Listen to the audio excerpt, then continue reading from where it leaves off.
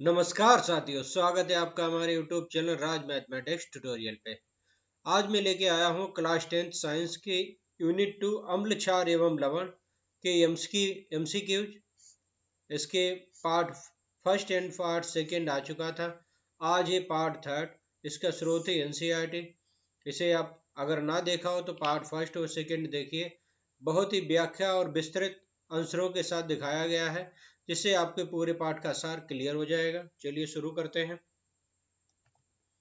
पहला प्रश्न है, मधुमक्खी के डंक मारने पर निम्नलिखित में से किस पदार्थ के उपयोग से आराम मिलता है? तो मधुमक्खी में जो डंक मारती है तब तो यूज होता है फार्मिक अम्ल का।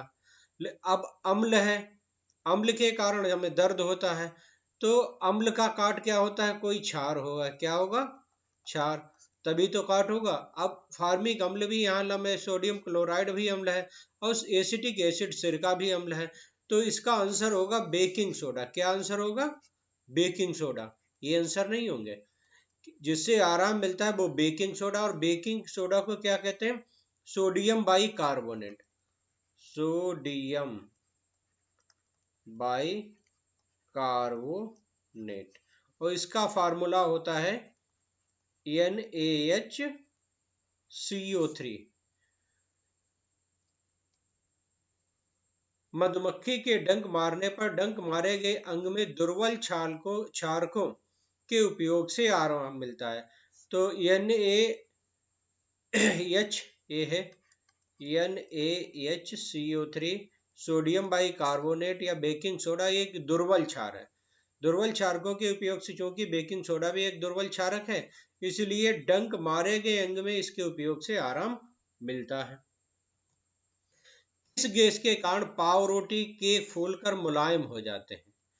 अब पाव रोटी और केक नाइट्रोजन के कारण नहीं, ऑक्सीजन के कारण नहीं, क्लोरीन के कारण ये होते हैं कार्बन डाइऑक्साइड के कारण, जिसे CO2 कहते हैं। होता क्या है, पाव रोटी वगैरह या जिसमें भी हम जब रोटी को पानी में भिगो के जब उसे गर्म की जाती है, जब गर्म की जाती है तो वो क्रिया करके कार्बन डाइऑक्साइड गैस बनाती है। कार्बन डाइऑक्साइड के गैस के कारण ही पाव रोटी या केक हमें फूला हुआ, उसके जो छिद्र होते हैं उसमें कार्बन डाइऑक्साइड गैस ही भरी होती है। पाव रोटी या केक अन्य ऐसे खाद्य पदार्थों को तैयार करने की प्रक्रिया में बेकिंग पाउडर मिलाया जाता है। Baking powder NaHCO3। और जब ये जल से क्रिया करता है, H2O से क्रिया करता है, तो बनाता है CO2 कार्बन डाइऑक्साइड गैस।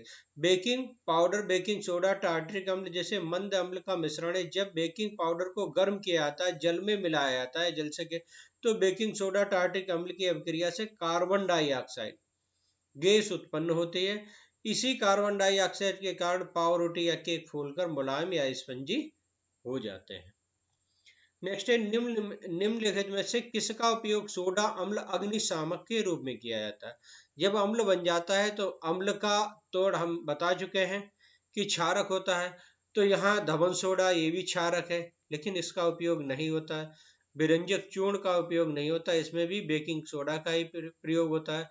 ये तो अम्ल ही है तो इसका उपयोग हो ही नहीं सकता। बेकिंग सोडा को सोडियम हाइड्रोजन कार्बोनेट NaHCO3 या सोडियम बाई कार्बोनेट, जहां हाइड्रोजन हो वहां इंग्लिश में बाई लिखते हैं।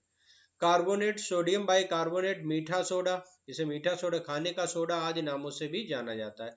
ये एंटी एसिड का संघटक है। क्षारीय होने के कारण यह पेट की अम्ल की अधिकता को उदासीन करके राहत पहुंचाता है। इसका उपयोग सोडा अम्ल अग्निशामक में भी किया जाता है। इसका उपयोग सोडा अम्ल अग्निशामक में भी किया जाता है। नेक्स्ट है, धवन सोडा के संदर्भ में निम्नलिखित कथनों पर विचार कीजिए। जो धवन सोडा जो होता है वो सोडियम कार्बोनेट होता है, सोडियम Na2CO3 ये होता है।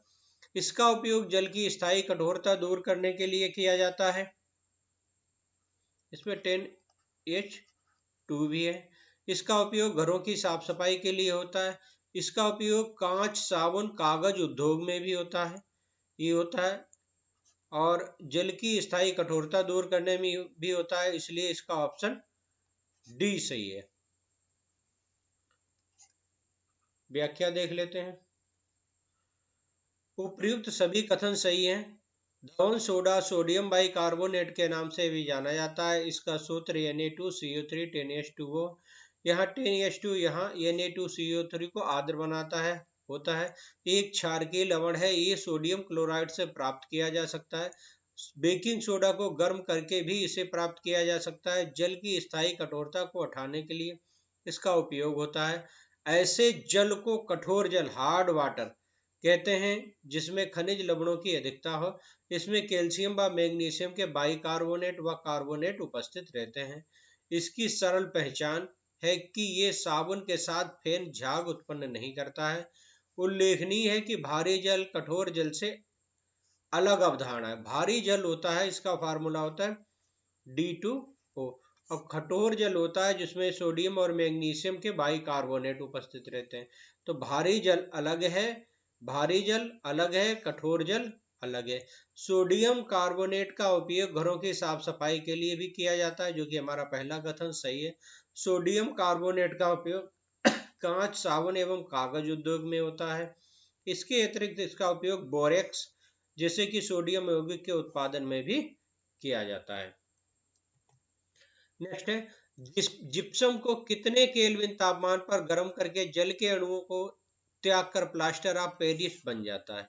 तो जिप्सम जो है वो 373 केल्विन पर जल के अणुओं को त्याग कर पीओपी या प्लास्टर ऑफ पेरिस बन जाता है, जिसका उपयोग डॉक्टर जो होते हैं वो प्लास्टर करने में करते हैं। जब हमारी हड्डियां टूट जाती हैं तो उसे जोड़ने के लिए जो प्लास्टर किया जाता है वही प्लास्टर ऑफ पेरिस होता है।